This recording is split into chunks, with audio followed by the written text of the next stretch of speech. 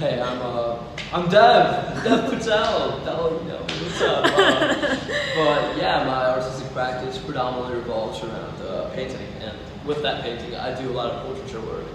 But then, with that portraits, I like to tell stories through mark making and this kind of conflict of cultural identity, that being a more Western American upbringing in like the suburbs of Ohio versus my parents growing up in Gujarat and me kind of carrying on these Gujarati traditions.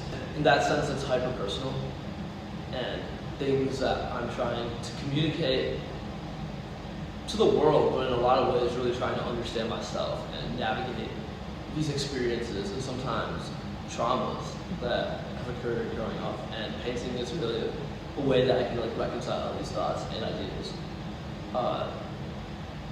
So with that, my painting is really trying to talk about, again, as I mentioned, these two various like cultural backgrounds and how they kind of synthesize in me to create like a unique person and identity. Like a big part of my practice is about mark making, and I think with that speed and action in my movements,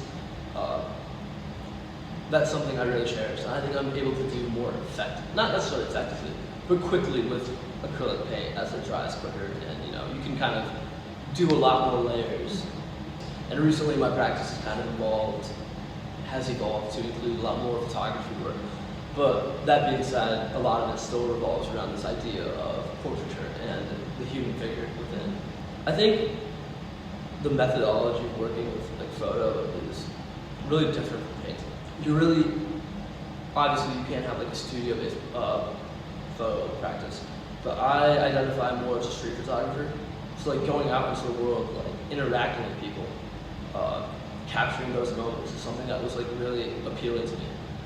Because I think there are so many beautiful things that happen in the day in and day out of humans, and they disappear in a moment. But if you're lucky enough to like be at the right place at the right time with the right eye and sense of composition and storytelling, to be able to like capture one of those moments is like, it's a pretty magical thing.